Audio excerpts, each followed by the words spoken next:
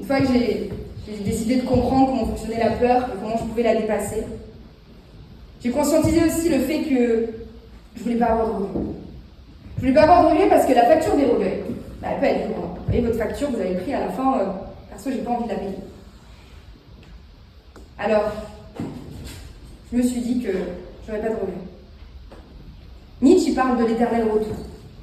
L'éternel retour, il nous conseille, pas un conseil, mais de nous imaginer en fait notre vie, notre journée, qui se répète tous les jours, et de nous dire, est-ce que c'est la vie que je veux? Est-ce que si cette journée, elle se répétait indéfiniment, ce serait la journée avec laquelle je veux finir?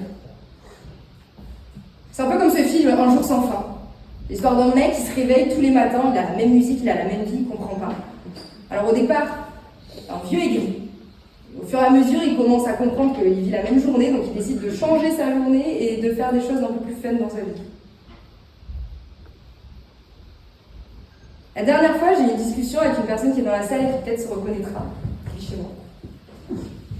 Et je lui ai posé une question, et je lui ai dit, est-ce que tu as des peurs dans la vie? Et là, il m'a répondu, j'ai peur de ne pas rencontrer la femme de ma vie. Et je lui ai dit, mais pourquoi tu ne rencontrerais pas la femme de ta vie? Il dit, imagine, je la croise dans la rue et je n'ose pas aller lui parler. Je lui ai dit, pourquoi tu n'irais pas lui parler? Il dit, je sais pas, parce que j'ai peur. Et je lui ai dit, imagine-toi dans 10 ans, avec cette personne au coin du feu. Est-ce que ça valait pas le coup d'avoir dépassé cette peur et d'être allé lui parler?